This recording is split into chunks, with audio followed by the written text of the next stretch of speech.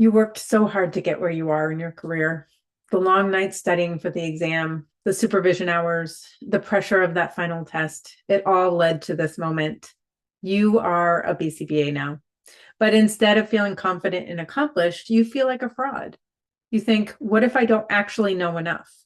What if I make a mistake? What if people find out I'm not as good as they think I am? So you stay quiet in meetings, you hesitate before giving your clinical recommendations. You see other BCBAs confidently taking on leadership roles, starting their own businesses, or making a real impact, and you wonder, why can't I do that? You tell yourself you need more experience, more training, more confidence before you take the next step. But deep down, you're afraid maybe you'll never feel ready. So you try to fix it. You read more research, hoping that if you just knew enough, you'll feel qualified. You sign up for more CEUs, searching for that one training that will make you feel like an expert. You wait, thinking that time and experience will magically erase your doubt. But no matter how much you learn, the fear is still there, because the truth is, confidence doesn't come from just knowing more. It comes from changing the way you think. I know exactly what this feels like because I've been there. For years, I had a dream of starting my own information business, a place where I could share what I knew, help others, and create something bigger than myself. But every time I thought about actually doing it, the doubts crept in. Who am I to teach others? What if no one finds value in what I have to say? What if I fail and prove that I was never good enough to begin with? So I waited and waited. I kept telling myself I needed more training, more experience, more proof that I was ready. But the truth was, I was just afraid until one day I realized something. What if the only thing standing between me and my dream was me? What if in just the next 30 days, you could start breaking free from the limiting beliefs that have been holding you back? What if you could take that next step, not because you feel ready, but because you know you deserve to grow? That's exactly what this course is about. So let's get started.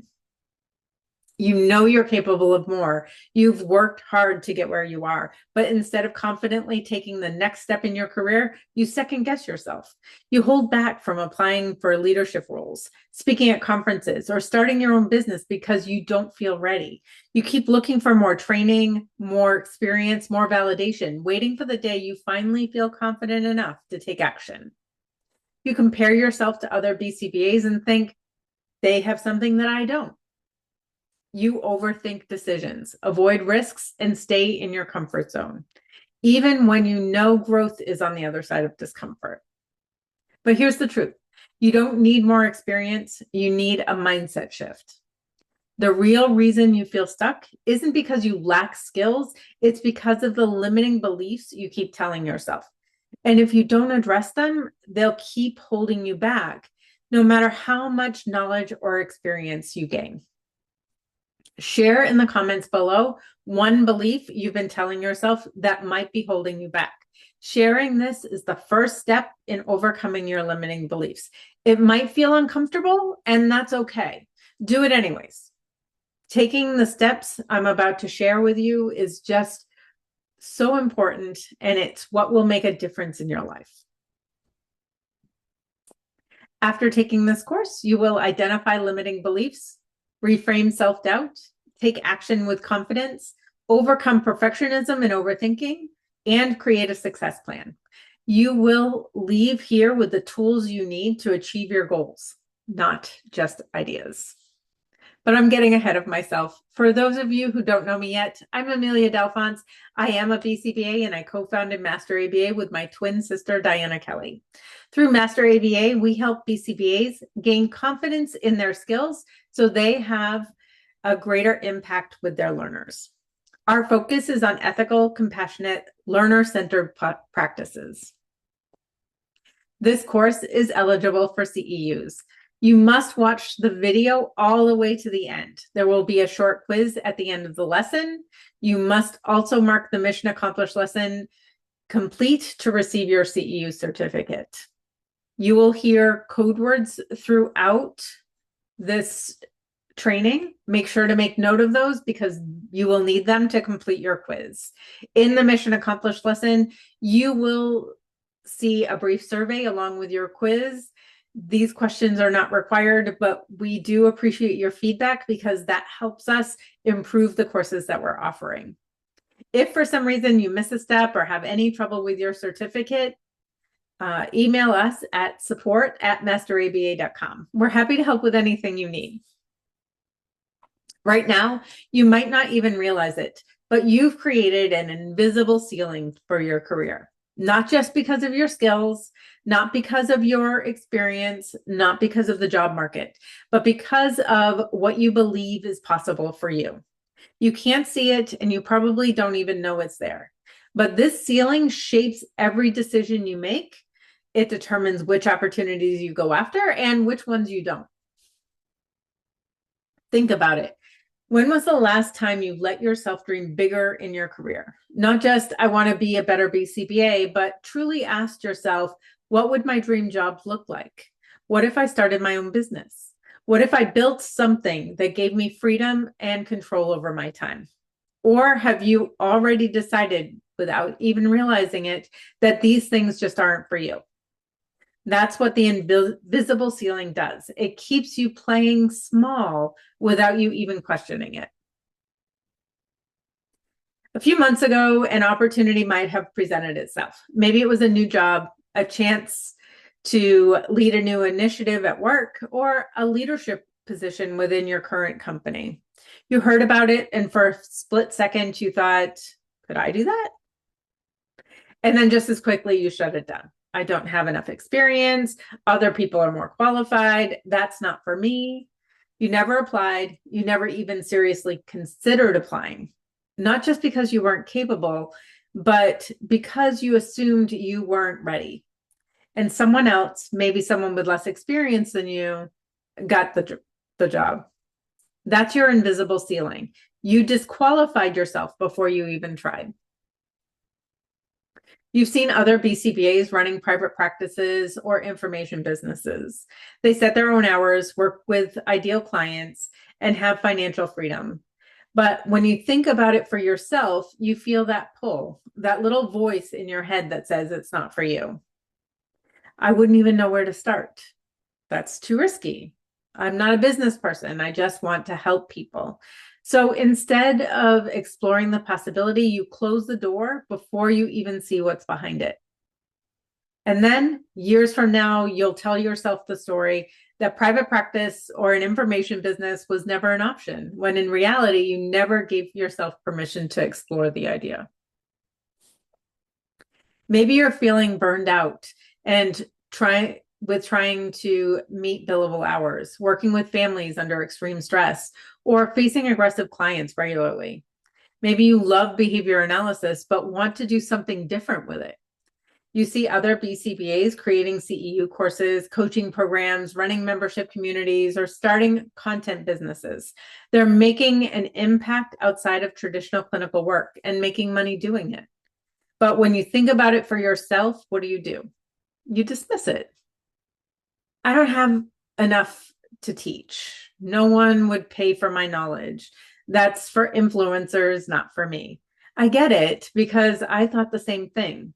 For years, I watched other people in the field start their own information businesses, creating trainings, resources, and communities that helped other professionals grow. And every time I thought about doing it myself, I shut it down.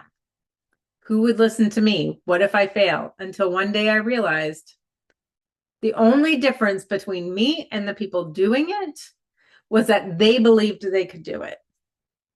So I started, and now I'm here teaching you what I wish someone had told me sooner. My biggest career opportunity and yours might be something you haven't even allowed yourself to consider yet. It's not that you can't do these things. It's that you've never given yourself permission to think bigger. Somewhere along the way, you created an invisible ceiling for what is possible in your career. And until now, you haven't even realized it's there. But here's the good news. that ceiling, you built it, and that means you can break through it. Are you ready to finally see what's on the other side? This is something you never were taught in school. If you think back to your coursework, the long hours studying reinforcement schedules, functional analysis, and behavior intervention plans, this was never part of that core information. You learned how to change behavior in others, but no one taught you how to change the limiting beliefs that are holding you back. No professor pulled you aside and said, hey, by the way, once you're certified, you might feel like you don't belong. No textbook had a chapter on how to feel qualified when you're the expert in the room. No one told you that mindset, not just skill, would be the key to building your career that you love. So, of course, you felt stuck. Of course, you hesitate before taking that next step. Of course, you assume leadership, private practice, or business ownership is for someone else. You were trained to be an excellent BCBA, but you were never trained to believe in yourself as one. The system just wasn't designed for this.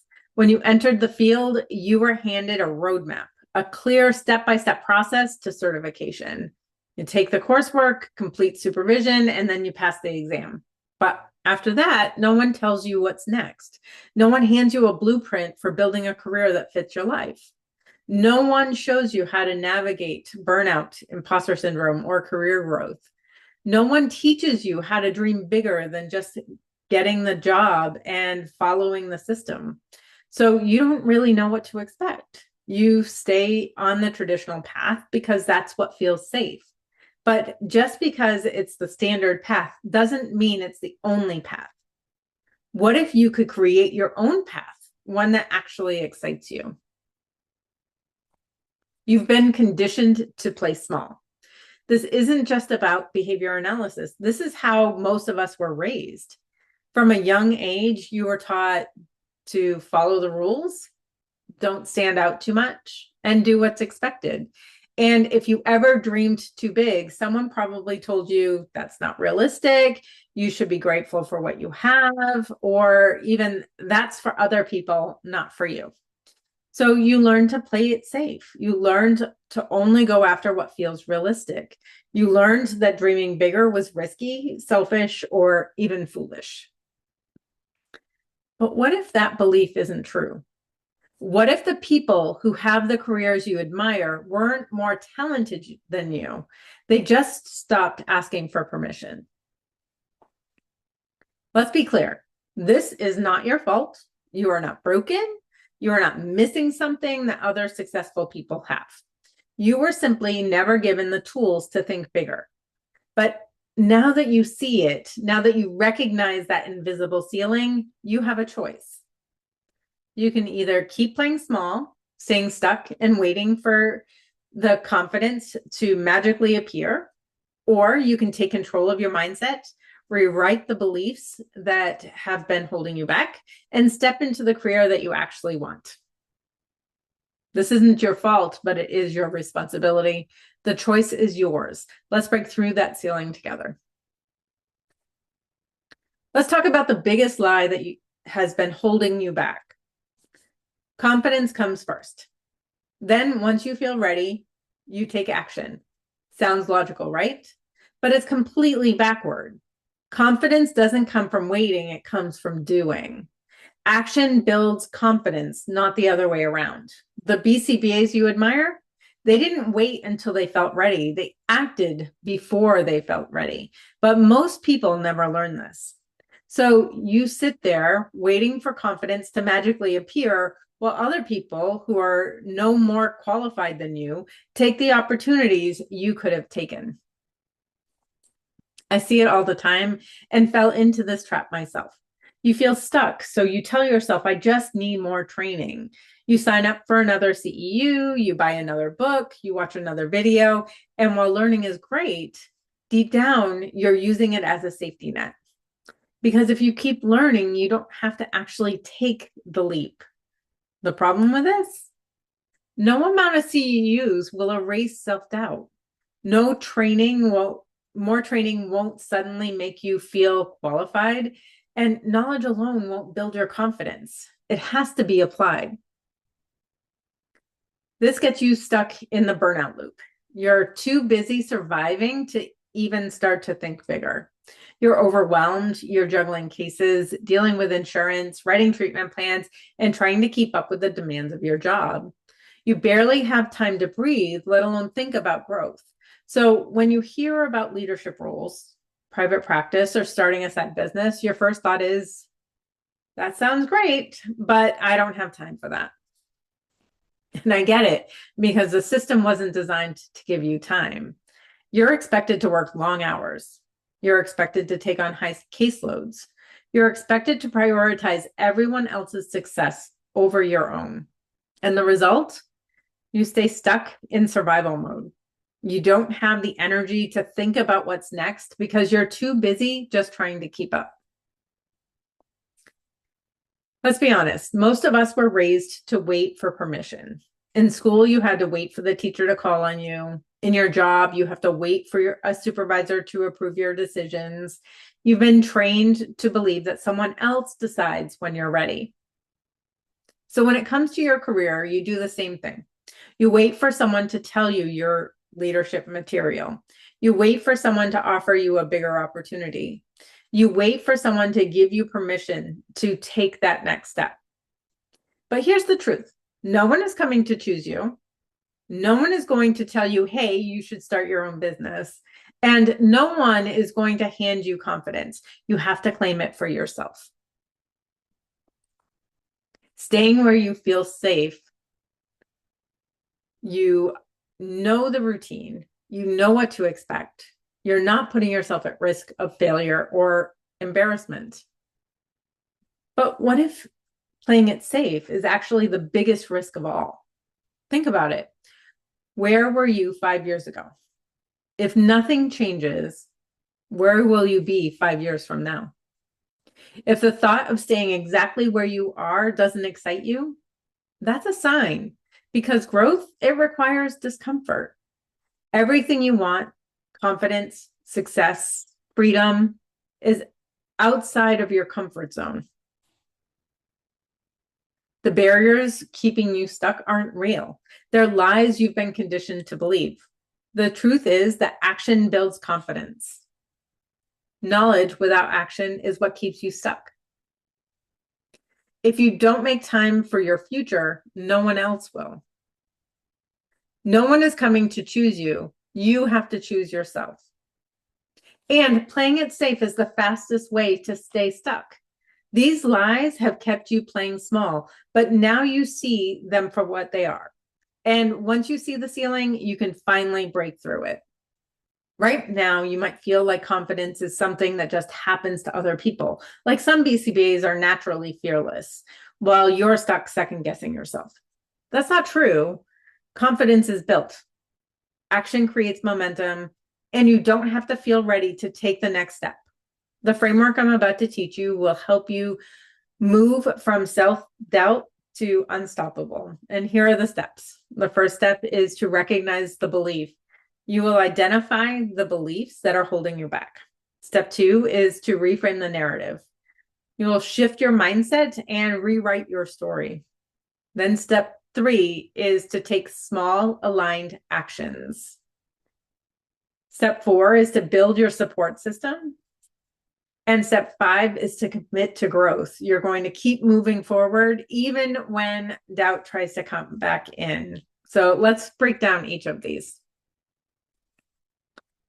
You can't change what you don't see. So right now, you might think the reason you haven't taken the first step in your career is because you're not ready, or because you need more experience, more credentials, or more confidence. But the real reason is not your skill level. It's not the job market. It's not that you're missing something that other successful people have. It's the story you're telling yourself about what's possible for you. Think about a time when you hesitated to take an opportunity. Maybe you considered applying for a leadership role, starting a business, or speaking at a conference, but something stopped you. What was the exact thought that ran through your head? That thought is your limiting belief. What is a limiting belief? A limiting belief is a thought or assumption that keeps you stuck. It's not a fact. It's a story your brain has repeated so many times that you believe it's true. And here are some examples of limiting beliefs. I don't have enough experience. I'm not a leader. I don't have time to build something new. I'm not the kind of person who runs a business. Other people are more qualified than me. But here's the thing, none of these are objective facts. If someone else told you they believe these things about themselves, would you agree? Or would you remind them of all the reasons they are capable? If you wouldn't say it to a friend, why are you saying it to yourself? Where do these limiting beliefs come from? Most of your limiting beliefs didn't come from nowhere. They were planted, sometimes so early that you can't even remember when they started. They might have come from your past experiences. Maybe once you made a mistake, and instead of seeing it as part of a learning experience, you told yourself, I'm not good at this. Authority figures, maybe teachers, supervisors, or mentors unintentionally reinforced your doubts. You might compare yourself to other BCBAs, seeing them succeed and assuming they have something that you don't. Or it might even be cultural or societal expectations. You might have heard messages about realistic or responsible things that keep you playing small. Think about a belief that you have about yourself. Can you trace it back to a specific moment, comment, or experience? Personally, I can think of situations where limiting beliefs came from each of these places. Once you see where it started, you can question whether it's actually true. Your brain has one job, and that's to keep you safe. When you think about stepping outside your comfort zone, taking a risk, applying for something new, putting yourself out there, your brain sees that as a threat. And how does it respond? By sending you thoughts that keep you exactly where you are. You're not ready. You'll fail. People will judge you. Your brain isn't trying to hurt you. It's trying to protect you. But in doing that, it's keeping you stuck. The key to breaking free, learning to question these thoughts instead of automatically believing them. It was the moment that everything should have changed, but didn't. The day I passed my BCBA exam, I thought everything would change. I had worked for years to get to this point, studied late into the night, pushed through supervision hours, sacrificed time and energy to earn the credential, and then nothing changed. I was working as a team leader at a community mental health center for a team providing outreach services for autistic children and young adults. I had been there for 7 years. I knew the clients, I knew the staff, I knew the system. So when I sat down with my supervisor after getting certified, I expected something, a raise, a promotion, at least an acknowledgement that I had leveled up. But instead I heard this: nothing about your role will change. Your responsibilities will stay the same. Your salary will stay the same. I nodded, accepting it, and convinced myself that this was fine. The truth? I knew I could make twice as much money working as a BCBA. But instead of looking for another job, I started listing every reason why I couldn't leave. I don't know how to work for an ABA company. I don't have enough experience yet. I'm planning to move out of state in a few years. What's the point in switching jobs now? I'm not ready to leave. I told myself these were logical, practical reasons to stay where I was, but in reality, they were just excuses. I wasn't staying because it made sense. I was staying because it felt safe. One day I was venting about all of this to a coworker, a close friend who knew me better than I knew myself. She listened to me list all of the reasons I couldn't look for another job. Then she said something that changed everything. You realize you don't have to take the job just because you look for one, right? That one sentence stopped me in my tracks. She was right. There was no risk in looking. I could update my resume. I could apply for positions. I could interview. And if I didn't find the right fit, I didn't have to take a job. For the first time, I realized I had been closing doors before they even opened. I had built an invisible ceiling around my own potential. And the only thing stopping me was me. So I started applying. And guess what? I found a real role as a BCBA, a job that paid me twice as much as I was making, a job that would launch my career. But when I got the offer, doubt kicked in. I'm not ready for this. This is a huge leap. What if I fail? Everything in me wanted to turn it down to go back to what was familiar and safe. But this time I didn't let those fears decide for me. I did take the job. And you know what happened? I wasn't ready. It was a huge leap, and I really did struggle at first. But I learned a million times more in that job than I ever would have staying safe at the community mental health center. That job pushed me, it challenged me and shaped me into the BCBA I am today. I almost missed out on an opportunity that changed everything because of the lies I told myself. I don't have enough experience. I don't know how to do that. I should just stay where I am. And I see other BCBAs doing the same thing every day. You assume you're not qualified for leadership. You tell yourself you're not business-minded enough for private practice. You believe that other people are somehow more capable than you. But let me ask you this. What opportunities have you already decided aren't for you before you even tried? What doors have you kept shut because you assumed you wouldn't belong on the other side? Your invisible ceiling isn't real. It's a story you've told yourself. And just like I did, you can rewrite it. Now it's time to take action. Download the Unstuck and Unstoppable workbook and complete the section about identifying your invisible ceiling. Once you see your limiting beliefs clearly, you can start questioning them. And when you question them, they lose their power. Because a belief is just a thought that you keep thinking, and if it's not serving you, you can change it. That's what the whole course is about, changing your thoughts so they serve you better. Go ahead and pause the video. Take just 2 minutes to take this action. If you don't do it now, you won't do it, and you will stay stuck where you are.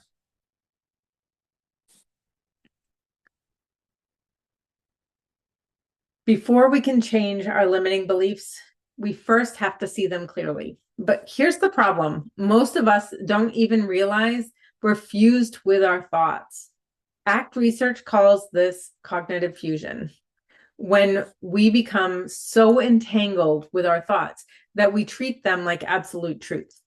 I'm not ready feels like a fact, not a thought. I don't have enough experience feels like a rule, not a belief. That's just the way I am feels like reality, not an opinion. Recognizing your limiting beliefs is the first step toward breaking free. I'm going to pause here to give you your first code word, and that's fusion. So make sure to write this down. Your first code word is fusion. You're going to need that for the quiz. What is cognitive fusion? Cognitive fusion occurs when thoughts dictate your actions. You don't question the thought, you just accept it as truth. It shapes your decisions, even if it's not based on reality. It creates an invisible ceiling on what you believe is possible. Galanders et al. 2014 found that high cognitive fusion leads to greater self-doubt and avoidance of opportunities. The more fused you are with limiting beliefs, the more likely you are to stay stuck. So ask yourself, do I assume my thoughts are facts? Do I let self-doubt dictate my actions? Do I avoid opportunities because of what I think will happen?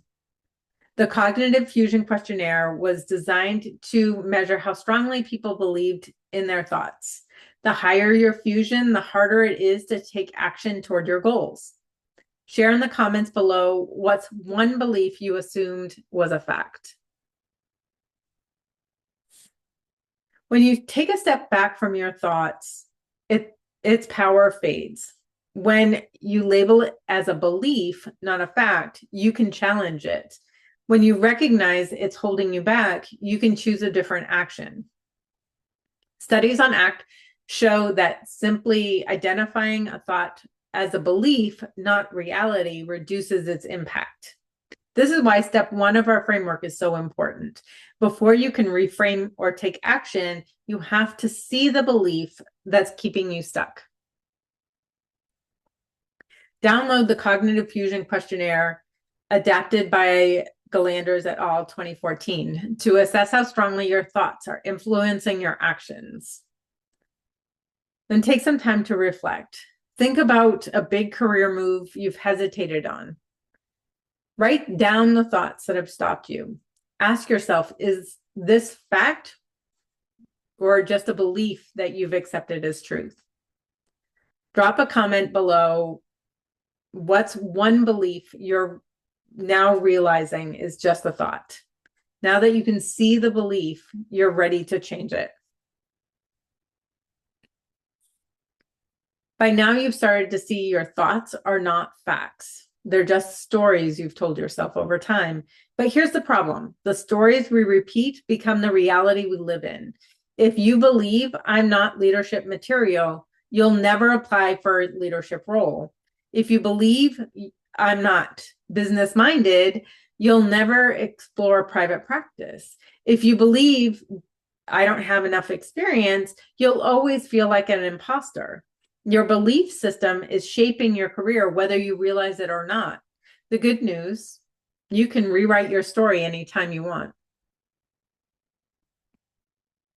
Reframing equals choosing a more helpful way to see your situation. Research shows that how we interpret events determines our actions. When we shift our perspective, we shift our behavior. So here are some examples. An old thought might be, I'm not ready for a leadership role.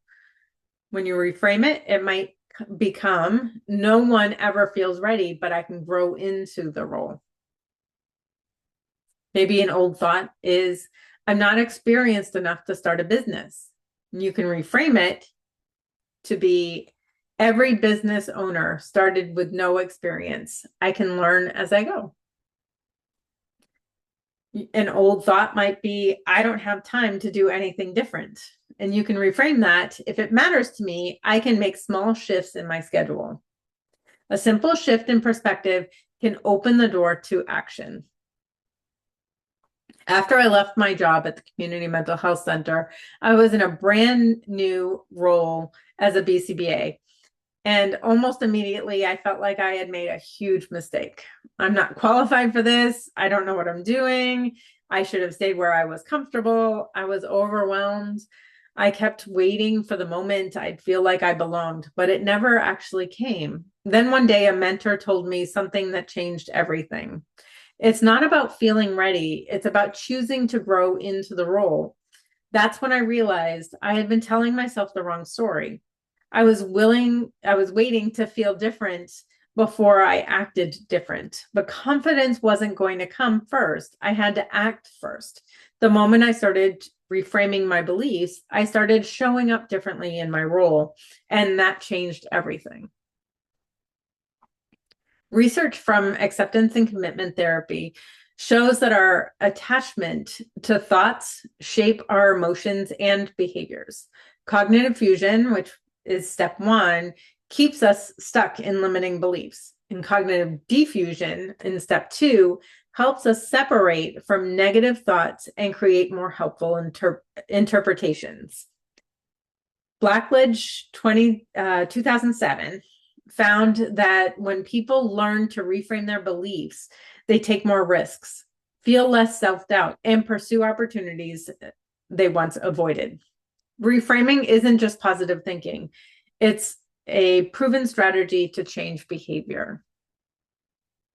So here's how to reframe your thoughts in 3 steps. Step 1 is to catch the thought. When you feel self-doubt or fear, pause and notice what thought is running through your head. Step 2 is to challenge it. Ask yourself, is this an objective fact or just a belief I've repeated about myself? And then step 3 is to choose a new perspective.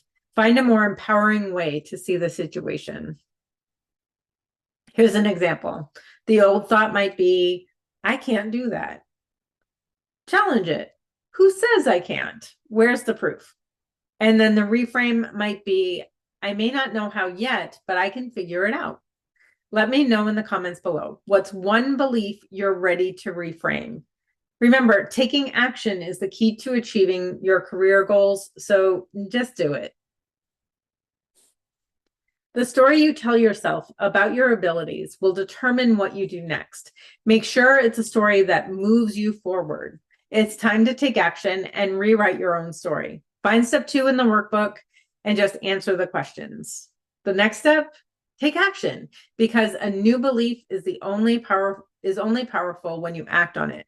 Pause the video and take just a couple minutes to answer the questions, then come back when you're ready to take action.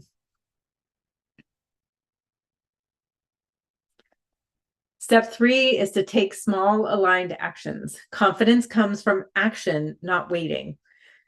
Now that you've recognized your limiting beliefs in step 1 and reframed them into more empowering thoughts in step 2, it's time to take the next critical step, and that's taking action. Because here's the truth. You don't think your way to confidence, you act your way into it. Most people believe that confidence comes first, and then they'll be ready to take action. But that's actually backwards. Confidence isn't a prerequisite, it's a result. Step 3 is all about breaking the cycle of waiting and building confidence through small, intentional actions. Most people think confidence works like this.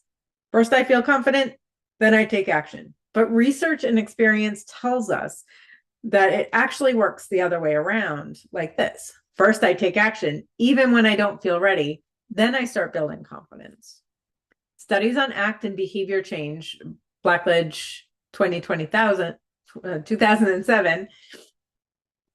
show that action builds self-efficacy and reduces the emotional weight of self-doubt.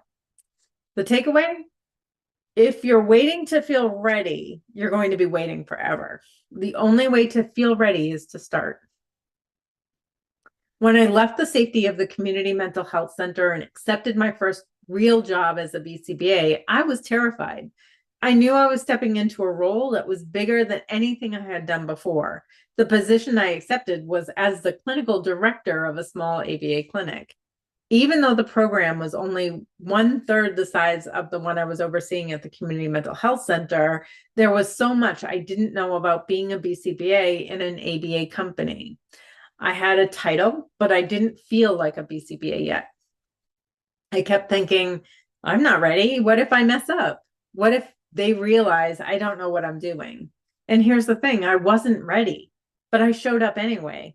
And every day I learned a little more. Every decision I made, every session I led, every conversation I had with a mentor, it built my confidence piece by piece. And then one day I realized I wasn't faking it anymore. I actually was a BCBA.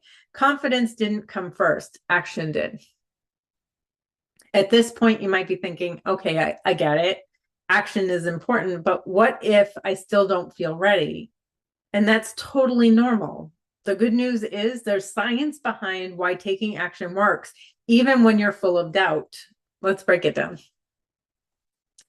Most of us think confidence is something we have, sort of like a personality trait. But Albert Banduras's self-efficacy theory, developed in 1997, says confidence isn't something you have, it's something you build by doing. When you take action and see results, your brain starts believing, oh, I can actually do this. When you avoid action, your brain reinforces this belief. This is too hard. I can't handle this. Think about the first time you wrote a treatment plan. You probably felt unsure, but after writing a few, you started to feel more confident. Not because you thought about it more, but because you actually did it. You don't need confidence to start. You need to start to build your confidence. Have you ever avoided something for so long that it started to feel impossible? Behavioral activation, Hayes et al. 2012, tells us that avoiding something actually makes fear stronger. When we avoid uncomfortable situations, our brain learns that avoiding equals relief. The more we avoid, the harder it becomes to take action. But the second we face the fear, even in a small way, it starts to shrink. Think about a client who struggles with social interactions. If they avoid talking to people, their anxiety actually gets worse.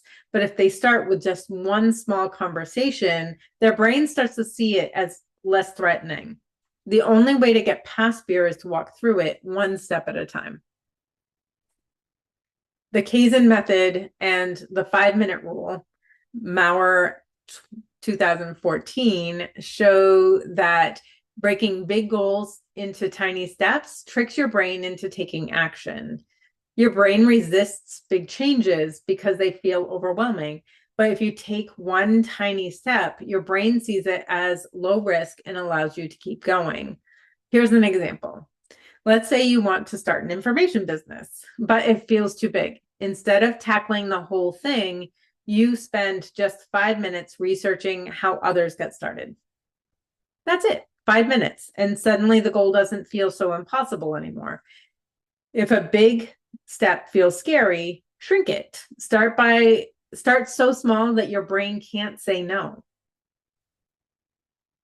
Neuroscience research on dopamine, Schultz 2015, shows that our brain craves immediate rewards. If we don't get positive reinforcement from a new behavior, we lose motivation. The more we reward small progress, the more likely we are to stick to it.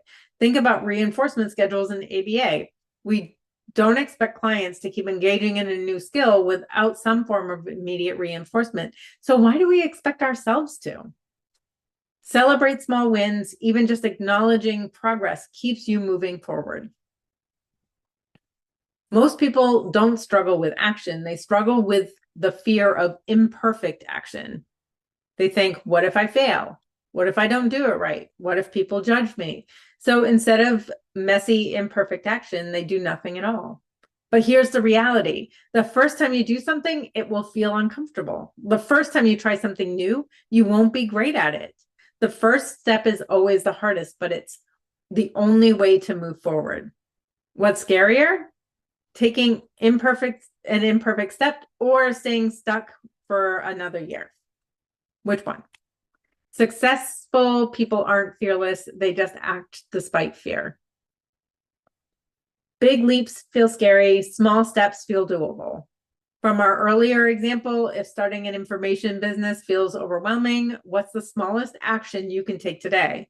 Step 1 might be to research how another BCBA got started. Step 2 might be to schedule a 15-minute call with someone who has done it. Step 3 might be to write down what your dream career might look like.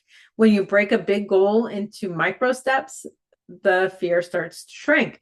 Small aligned actions done consistently equals unstoppable momentum. You might recognize this as essentially a task analysis. Mel Robbins' research on behavior change introduces the 5-second rule. If you have an instinct to do something, count backward from 5. 5, 4, 3, 2, 1, and take action before the brain talks you out of it. This interrupts hesitation and pushes you to take immediate action. Go ahead and try it right now. What's one tiny action you can take right now? Count down and just do it. Pause the video and just take the action now. Complete step 3 in the workbook and take your first action that you have been putting off, because confidence isn't built by thinking about action. It's built by taking it.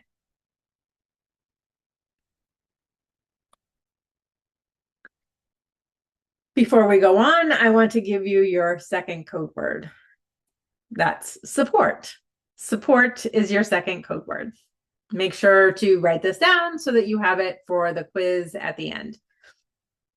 Step 4 is to build a support system. Surround yourself with growth-minded people. At this point, we've covered a lot. You've recognized your limiting beliefs in step 1. You've reframed them into something more empowering in step 2. And then you've taken action in step 3. But here's the truth. If you want lasting change, you can't do it alone. The people you surround yourself with shape your beliefs, your actions, and ultimately your success. That's where step 4 is so important. And it's all about building a support system that challenges and encourages you. Have you ever noticed that when you spend time around negative, unmotivated people, you start to feel negative and unmotivated too? That's because we are wired for social influence. Research on social modeling by Bandura 1986 shows that we unconsciously adopt the beliefs and behaviors of those around us. If you surround yourself with people who make excuses, you're going to start making excuses. If you surround yourself with people who take bold action, you'll start to take bold action. Your environment isn't just influencing you, it's shaping your future. Success isn't just about mindset, it's also about who you allow into your circle. Not everyone in your life plays the same role, and that's okay. The key is to be intentional about who you turn to for growth. Here are 3 types of people you need in your support system.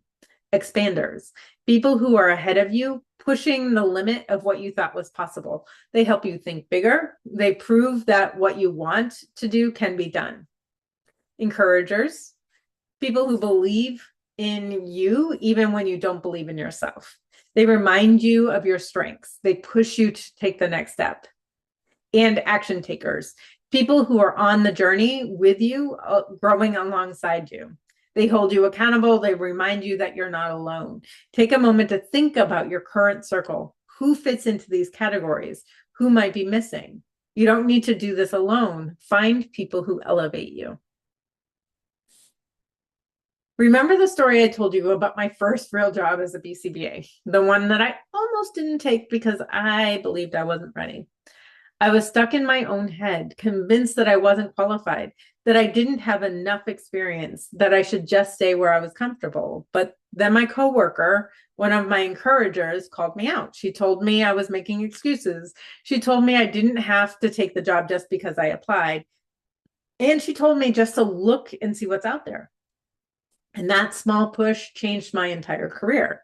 One person, one conversation, that's all it took to shift my beliefs and take action.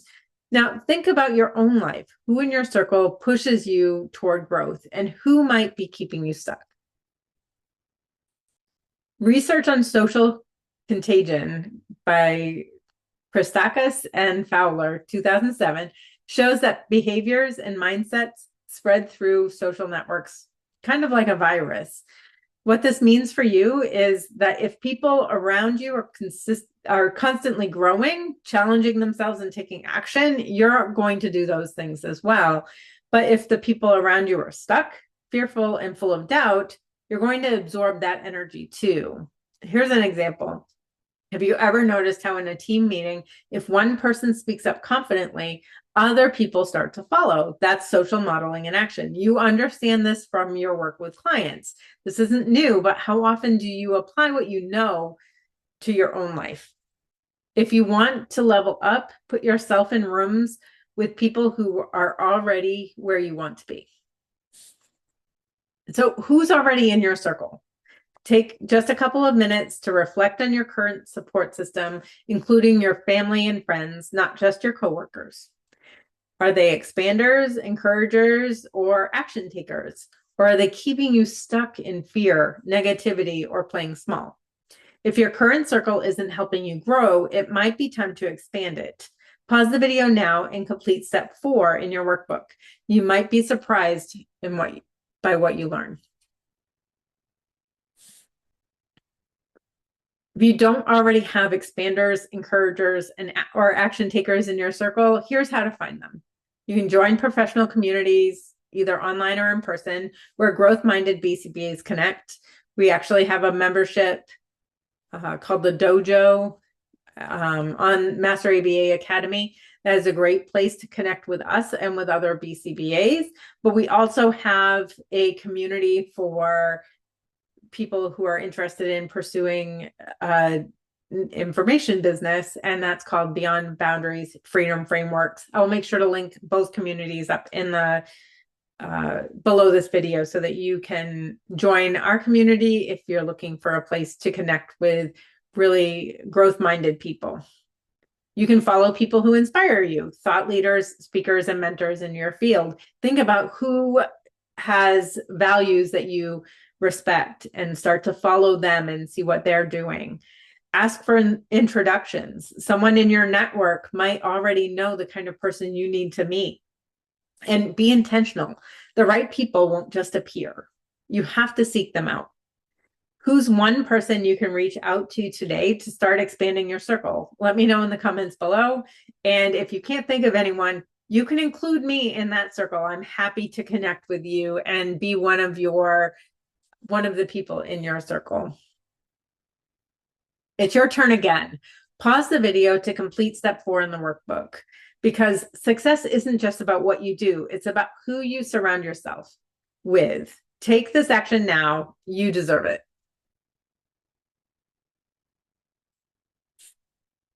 Step 5 is to commit to growth. Keep moving forward, even when doubt creeps in. By now, you've done a whole lot of work. You've identified the limiting beliefs holding you back in step 1. In step 2, you reframe those beliefs into something more empowering. And in step 3, you've taken action, even when you didn't feel ready. And in step 4, you surrounded yourself with people who challenge and support you. But here's the truth. Growth isn't a one-time event. It's an ongoing process. Step 5 is about committing to growth long-term, even when self-doubt tries to pull you back, because it will. No matter how much progress you make, there will be moments when fear creeps back in. Your old beliefs try to take over. You feel like you might not be making progress fast enough. The difference between people who grow and people who stay stuck isn't fear. It's what they do when fear shows up. Growth isn't a destination, it's a commitment. A lot of people think that success looks like a straight line, upward path toward confidence and success. But in reality, growth looks more like small progress followed by self-doubt creeping back in, taking action anyway, gaining confidence, a new challenge will arise, and you're going to repeat that process. The key isn't eliminating fear or self-doubt, it's learning how to keep going despite them. The most successful people aren't fearless, they just refuse to quit. After landing my first job as a BCBA, though one I almost didn't take, I felt like I had finally broken through my limiting beliefs. Then a new opportunity came along. Someone asked me to present at a private Montessori school about ABA, and suddenly the old doubts crept back in. I'm not an expert. What if I mess up? What if people realize I don't know enough? I almost turned it down. But here's the lesson. Every time you level up, fear will show up again. And every time you choose, you have a choice. You can let fear keep you stuck and stay where you are, or you can acknowledge the fear, but take the action anyway. I chose to step up, and that opportunity opened doors I never could have imagined. If I had let fear win, I wouldn't be where I am today. Fear doesn't mean stop. It means you're on the edge of growth. Acceptance and commitment therapy teaches that long-term success depends on psychological flexibility. Hayes et al., 2006. What is psychological flexibility? The ability to adapt even when fear or discomfort shows up. It's the ability to move forward toward your goals even when things don't go perfectly.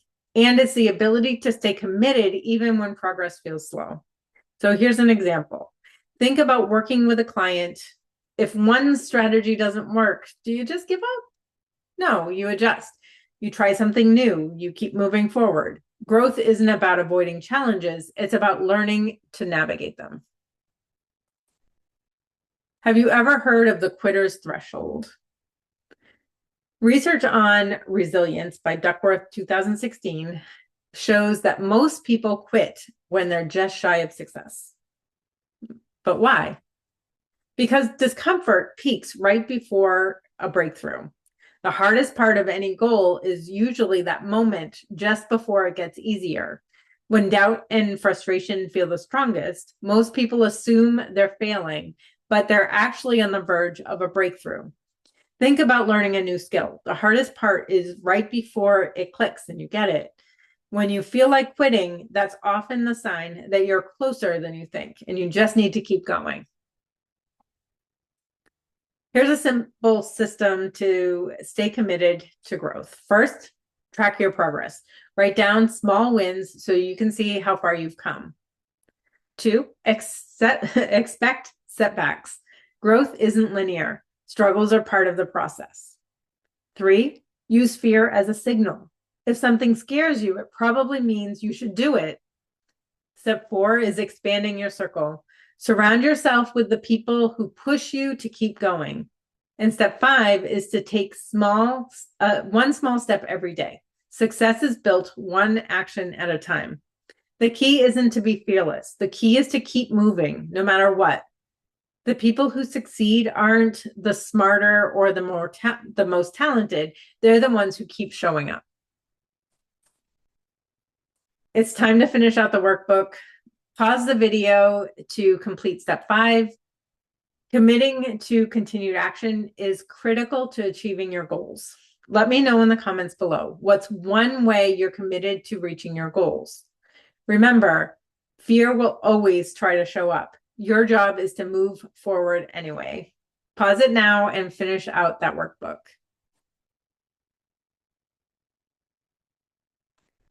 We started this journey by uncovering the invisible ceiling, the limiting beliefs that have been holding you back from your career and the life that you want. But now you have a framework to break through it. Let's review those 5 steps that you've learned and how to apply them every day.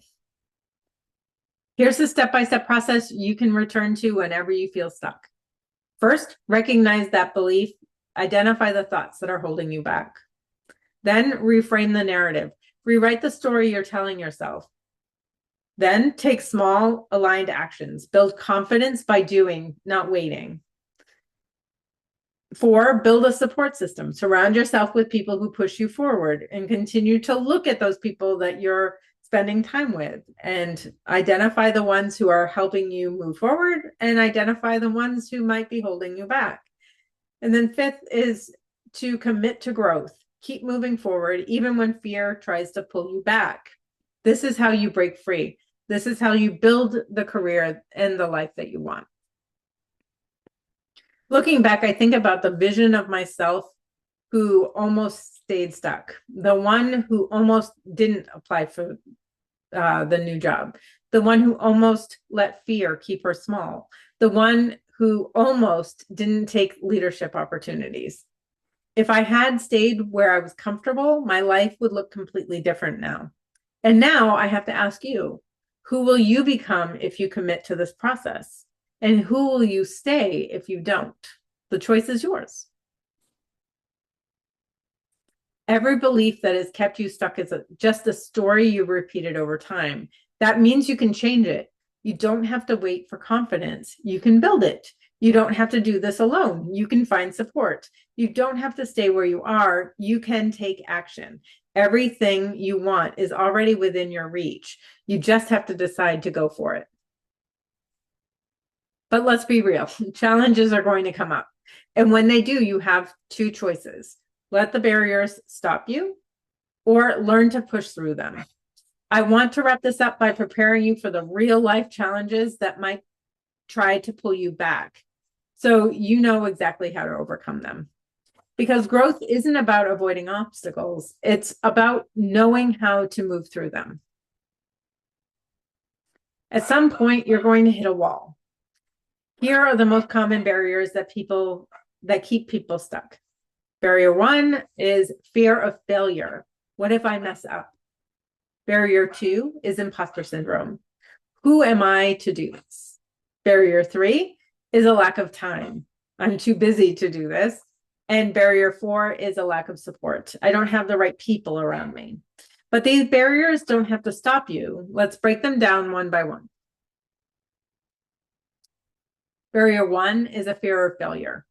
What if I fail? What if I mess up? What if it doesn't work? Go back and reframe it. Instead of asking, what if I fail? Ask, what if I never try? Research on psychological flexibility by Hayes et al. In 2006 shows that successful people don't eliminate fear, they learn to act despite it. So here's how to overcome it. Redefine failure. Instead of seeing it as something bad, see it as learning. Use the what's the worst that can happen test. Most of the time, the worst case scenario is something that you can handle. Take small risks first. Start with low stakes action to build tolerance for discomfort. Failure isn't the opposite of success. It's part of the successful process. Barrier number 2 is imposter syndrome. Who am I to do this? Other people are more qualified. What if I'm not good enough? Reframe it. If you weren't capable, you wouldn't even be thinking about this.